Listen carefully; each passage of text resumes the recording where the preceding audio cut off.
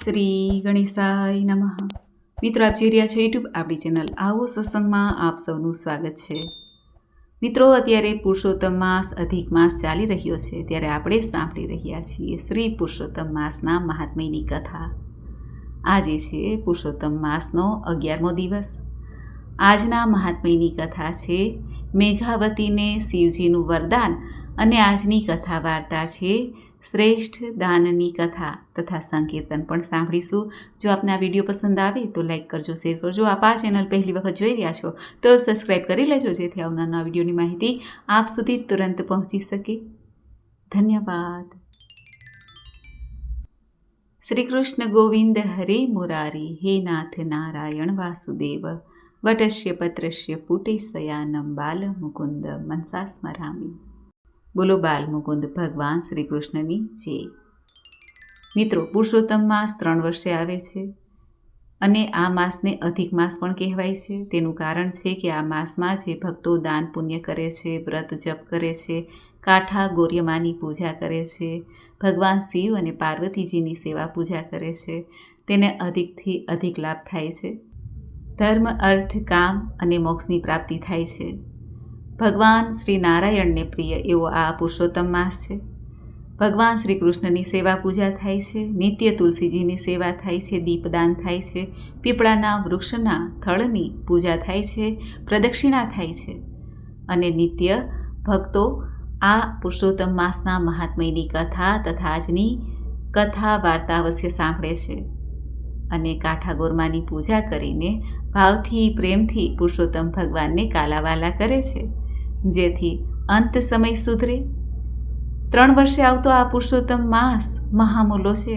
કહેવાય છે કે આ પુરુષોત્તમ માસમાં જે ભક્તોએ ભક્તિ કરી લીધી, ઈશ્વરની સાધના કરી લીધી, ઈશ્વરની સમીપ ગયા, શ્રી કૃષ્ણની આરાધના કરી લીધી, પરમાત્માની કૃપા પ્રાપ્ત કરી લીધી, તેને પછી જીવનમાં કંઈ બાકી રહેતું નથી. શુભ કર્મ કરતા રહીએ. આપણા જે ફરજ છે, શુભ કર્મ કરીને આપણી ફરજ બજાવતા રહીએ, તેમાં જ પ્રભુ રાજી છે. એથી ભાવથી કરેલી ભક્તિ મનુષ્યના જીવન મરણને સાર્થક કરી દે છે. એવો આ અધિક માસ છે, પુરુષોત્તમ માસ છે, જેને મલ માસ પણ કહેવાય છે. આવો આપણે આજે સાંભળીએ પુરુષોત્તમ માસના 11મા દિવસે પુરુષોત્તમ માસ કથા, અધ્યાય 11મો, મેઘાવતીને શિવજીનું વરદાન. બોલો ભગવાન શ્રી કૃષ્ણની જય. સુત પુરાણી સોનકાદી ઋષિઓને કહે છે, હે મુનિ શ્રેષ્ઠો, ઋષિકન્યા મેઘાવતીએ ભગવાન શિવજીની ઉગ્ર તપસ્યા શરૂ કરી દીધી.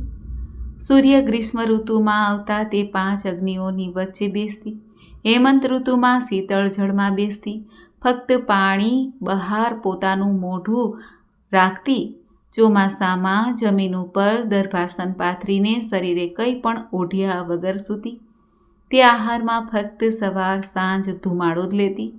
આ રીતે તેણે 9000 વર્ષ સુધી તપસ્યા કરી. આટલી ઉગ્ર તપસ્યાથી ભગવાન શિવજી મેઘાવતી ઉપર પ્રસન્ન થયા.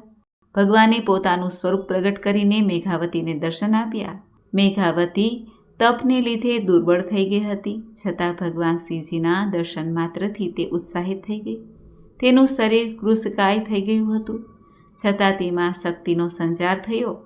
તે ઊભી થઈ અને ભગવાન શિવજીની પૂજા કરીને વિનયપૂર્વક સ્તુતિ કરવા લાગી. મેઘાવતી ભગવાન મહાદેવની સ્તુતિ કરતા કહેવા લાગી, હે પાર્વતીપતિ, હે દીનાનાથ, હે ભોળાનાથ, હે શંભો, આપને નમસ્કાર હો. સૂર્ય, ચંદ્ર, અગ્નિરૂપ, ત્રિનેત્રવાળા, મુંડમાળાવાળા અને સર્પને ધારણ કરનારા, ત્રિશૂળધારી હે પ્રભુ, મારા તમને નમસ્કાર છે. સંસાર સાગરમાં ડૂબેલા માનવીઓ આપને શરણે આવે છે, તેમ હું પણ આપને શરણે આવી છું. બાણાસુરના સર્જક, અલર્ક રાજાથી મૃત્યુ પામેલ પત્નીને સજીવન કરનાર હે નાથ, આપના ગુણ ગાવા દુર્લભ છે. ભક્તોના શત્રુઓનો સંહાર કરનારા, સંસારના આવાગમનનો નાશ કરનારા, જન્મ મરણને હરનારા એવા આપને હું વારંવાર નમસ્કાર કરું છું. ભગવાન શિવે મેઘાવતીની સ્તુતિથી પ્રસન્ન થઈને કહ્યું, હે તપસ્વીની, તારી જે કંઈ ઈચ્છા હોય તે દર્શાવ. હું તારા ઉપર પ્રસન્ન થયો છું. તું જે માંગે તે આપવા હું તૈયાર છું. ભગવાન શિવજીનું આ વચન સાંભળીને ઋષિ કન્યા બોલી, હે દીનદયાળુ, જો આપ મારા ઉપર પ્રસન્ન થયા હો તો મને પતિ આપો, પતિ આપો, પતિ માંગુ છું, માટે મને પતિ આપો, પતિ આપો. મારી બીજી કોઈ ઈચ્છા નથી. ભગવાન શિવજી બોલ્યા, હે ઋષિ કન્યા, તે 5 વાર પતિની માગણી કરી, તેથી હવે તને 5 પતિ થશે. તેઓ દાનવીર, શૂરવીર અને ધર્મવીર હશે. મેઘાવતી ભગવાન શિવજીનું આ વિચિત્ર વરદાન સાંભળીને સ્તબ્ધ થઈ ગઈ. તેને આ સાંભળીને ઘણું દુઃખ થયું. મેઘાવતીએ ભગવાન શિવજીને કહ્યું, હે કૈલાસપતિ, મેં વરદાન માંગ્યું શું અને તમે મને આપ્યું શું? એક પતિને 5 પત્ની હોય તેવું મેં સાંભળ્યું છે, પણ એક સ્ત્રીને 5 પતિ હોય તેવું મેં ક્યાંય સાંભળ્યું નથી. હું આપને આવું વરદાન ન આપવા વિનંતી કરું છું. આ સાંભળીને ભગવાન શિવજી મેઘાવતીને કહે છે, હે કન્યા, મારા વરદાનમાં ફરક નહીં પડે. આ જન્મમાં નહીં તો આવતા જન્મમાં 5 પતિ અવશ્ય થશે. તે મહામુનિ દુર્વાસાના આદેશનો અનાદર કર્યો છે અને પુરુષોત્તમ માસના વ્રતની અવગણના પણ કરી છે. તેના ફળરૂપે આ બધું બનવા પામ્યું છે. હવેથી કોઈ પણ કાળે પુરુષોત્તમ માસનું તું અપમાન ન કરીશ. અમે દેવો પણ આ માસનું શ્રદ્ધાપૂર્વક વ્રત કરીએ છીએ. આમ કહીને ભગવાન શિવજી અંતર્ધ્યાન થઈ ગયા. શ્રી બૃહદ નારદીય પુરાણમાંના પુરુષોત્તમ મહાત્મયમાંનો મેઘાવતીને શિવજીનું વરદાન નામનો 11મો અધ્યાય સંપૂર્ણ થાય છે. બોલો ભગવાન પુરુષોત્તમની જય. હવે આપણે સાંભળીએ આ દિવસની કથા વાર્તા, શ્રેષ્ઠ દાનની કથા. બોલો ભગવાન શ્રી કૃષ્ણની જય. વિજયનગરના રાજા રૂપસેન ઘણા દયાળુ અને પ્રજાવત્સલ હતા. તેમની રાણી તારામતી પણ માયાળુ અને વિવેકી હતી. લગ્ન થયાને ઘણો સમય વીતવા છતાં તેમને એકેય સંતાન પ્રાપ્ત થયું ન હતું. ઈશ્વર કૃપાએ પાછલી ઉંમરે રાણીનો ખોળો ભરાયો હતો. એકનો એક પુત્ર હોવાથી તે પુષ્કળ લાડ કોળમાં ઉછરેલો હતો. તેની કાળજી રાખવા નોકરો ખડે પગે તેની સેવા ચાકરી કરતા. દિવસે દિવસે રાજકુમાર મોટા થવા લાગ્યા. રાજકુમારને મોટા થતા જોઈને રાજાનો આનંદ માતો નથી. આમ કરતાં કરતાં રાજકુમાર 15 વર્ષના થયા ત્યારે એકાએક તે બીમાર પડી ગયા. આથી રાજા રાણીને ઘણું દુઃખ થયું. કુંવરને સાજો કરવા માટે રાજાએ દેશ પરદેશથી વૈદ્યોને બોલાવ્યા, જોગી જતી અને ભુવાઓને બોલાવ્યા, પણ કોઈ ઉપાયે કુંવર સાજા થયા નહીં. રોગ તો દિવસે ને દિવસે વધવા લાગ્યો. કેટલાય ઉપાયો અજમાવી જોયા, પણ કુંવરની તબિયતમાં જરાય ફેર પડતો નથી. રાજા રાણી કુંવરની પથારી પાસે 24 કલાક બેસી રહે છે. નથી તો રાજ્યના કારોબારનું ધ્યાન આપતા કે નથી ખાતા પીતા. બેઠા બેઠા ભગવાનને પ્રાર્થના કરે છે કે હે પ્રભુ, મારા દીકરાને સાજો કરો, મને લઈ લો. એક દિવસની વાત છે. મધરાતનો સમય હતો. રાજા રાણી કુંવરના બિછાના પાસે જોકા ખાતા બેઠા હતા. ત્યાં રાજાને એક ગેબી અવાજ સંભળાયો, હે રાજન, તારો કુંવર કોઈ દવાથી સાજો નહીં થાય. જો તેને કોઈ ઉત્તમ દાન મળે તો જ તે સારો થાય તેમ છે. અત્યારે પુરુષોત્તમ માસ ચાલે છે. તેમાં કોઈએ ઉત્તમ દાન કર્યું હોય તો તેનું ફળ જો તારા કુંવરને અર્પણ કરવામાં આવે તો તેના પુણ્યના પ્રભાવે કરીને તે સાજો થઈ જશે. આટલું સાંભળીને જ રાજાની આંખો ઉઘડી ગઈ. રાજાએ ગેબી અવાજની વાત રાણીને કરી. થોડી આશા બંધાઈ. બીજા દિવસે રાજાએ નગરમાં ઠંઠેરો પીટાવ્યો.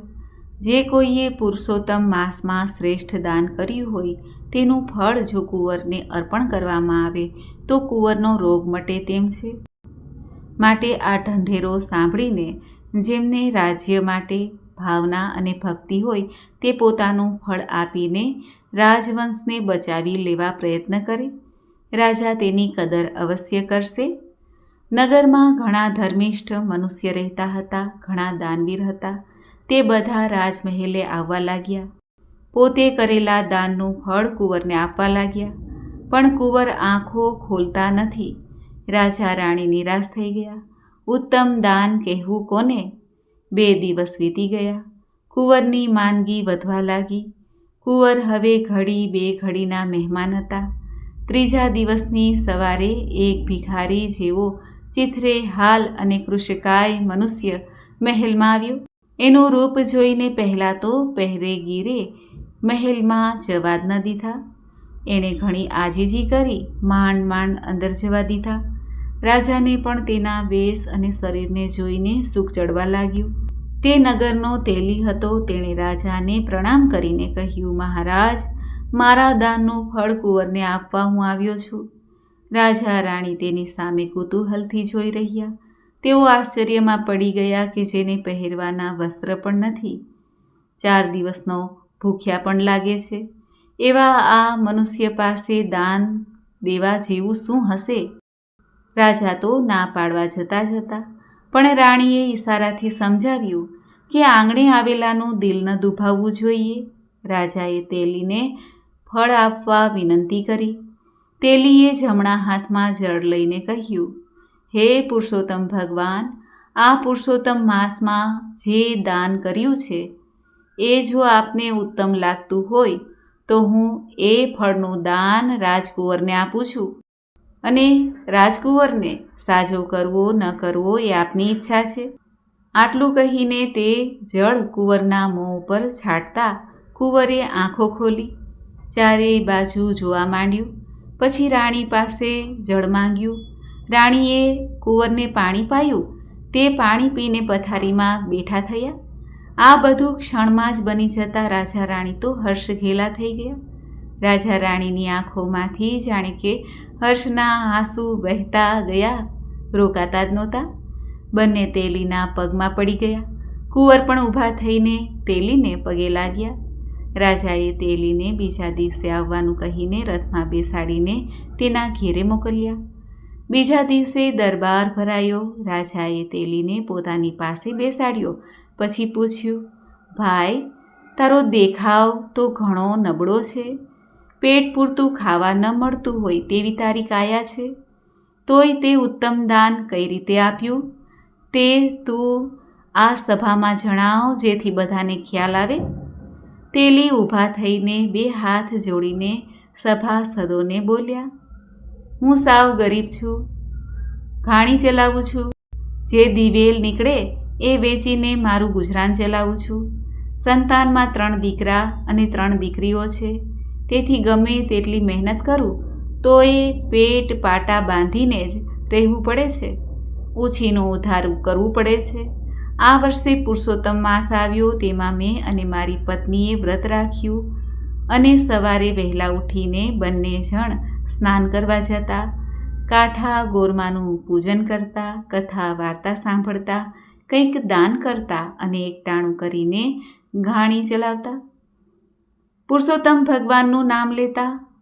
અમે કથામાં સાંભળેલું કે પુરુષોત્તમ માસમાં કોઈ પણ વ્રત કે નિયમ લો ત્યારે કંઈક સત્કર્મ કે દાન કરવું જોઈએ. અમે બીજું તો શું સત્કર્મ કરી શકીએ?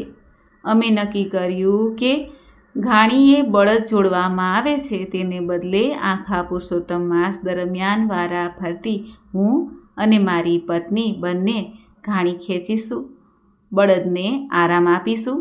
અમે પતિ પત્ની વારા ફરતી ઘાણીએ જોડાઈને તેલ કાઢવા લાગ્યા.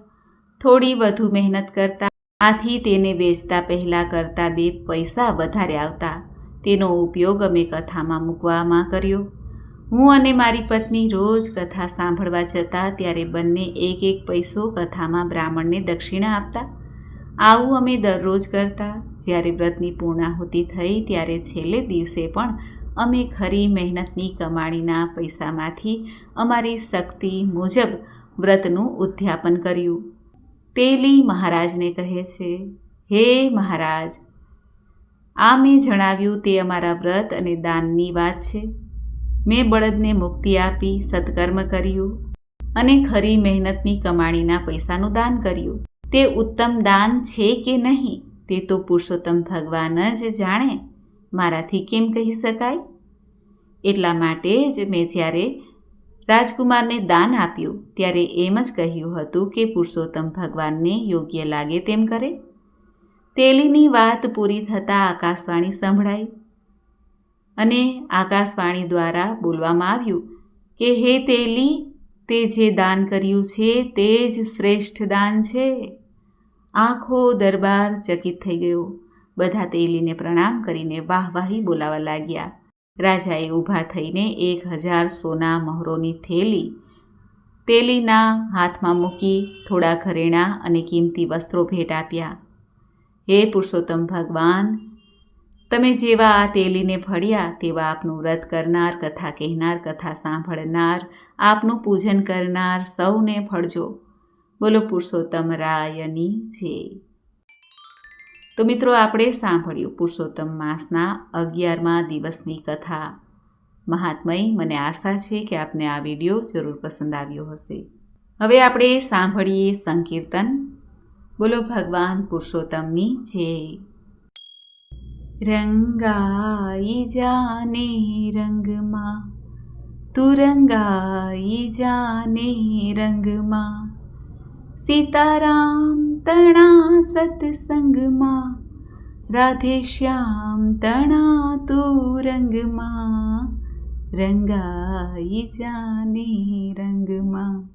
આજે ભજશું કાલે ભજશું, ભજશું સીતારામ, ક્યારે ભજશું રાધે શ્યામ. શ્વાસ ખૂટશે નાડી તૂટશે, પ્રાણ નહીં રે તારા અંગમાં, રંગાઈ જાને રંગમાં, તું રંગાઈ જાને રંગમાં.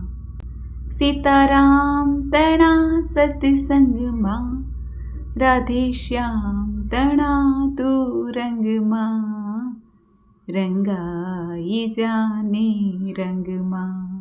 જીવ જાણતો જાજુ જીવશું, મારું છે આ તમામ, પહેલા અમર કરી લવ નામ. તેડું આવશે જમનું જાણે, તેડું આવશે જમનું જ્યારે, જાવું પડશે સંગમાં, રંગાઈ જાને રંગમાં, તું રંગાઈ જાને રંગમાં. સીતારામ તણા સત્સંગમાં, રાધે શ્યામ તણા તું રંગમાં, રંગાઈ જાને રંગમાં. ઘડપણ આવશે પછી ભજીશું, ઘરના કામ તમામ, પછી કરશું તીર્થધામ.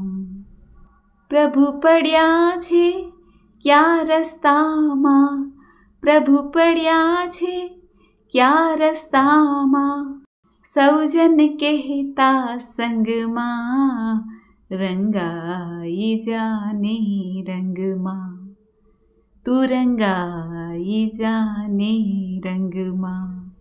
સીતારામ તણા સત્સંગમાં, રાધે શ્યામ તણા તું રંગમાં, રંગાઈ જાને રંગમાં. 32 જાતના ભોજન જમતા, ભેગી કરીને ભામ, તેમાં ક્યાંથી સાંભળે રામ. દાન પુણ્યથી દૂર જ રહ્યો, દાન પુણ્યથી દૂર જ રહ્યો, તું ફોગટ ફરે છે ઘમંડમાં, રંગાઈ જાને રંગમાં, તું રંગાઈ જાને રંગમાં. સીતારામ તણા સત્સંગમાં, રાધે શ્યામ તણા તું રંગમાં, રંગાઈ જાને રંગમાં. રંગ રાગમાં ક્યારે રટશો, રહી જાશો આમને આમ, માટે ઓળખતું આતમ રામ. આતમ એક દી ઉડી જાશે, શરીર રહેશે પલંગમાં, રંગાઈ જાને રંગમાં, તું રંગાઈ જાને રંગમાં.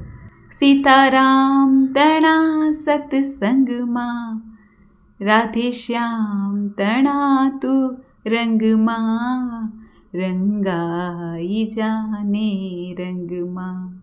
પુરુષોત્તમ આનંદ હરિઓમ, અખંડ છે તું ભજી લે, ભજ તું શિવની સંગમાં. પુરુષોત્તમ છે અખંડ આનંદ, ધન એને તું ભજી લે, રંગાઈ જાને રંગમાં, તું રંગાઈ જાને રંગમાં. સીતારામ તણા સત્સંગમાં, રાધે શ્યામ તણા તું રંગમાં, રંગાઈ જાને રંગમાં, રંગાઈ જાને રંગમાં. બોલો પુરુષોત્તમ ભગવાનની જય. મિત્રો, મને સાંભળવા માટે ધન્યવાદ. આપ સૌને મારા જય શ્રી કૃષ્ણ.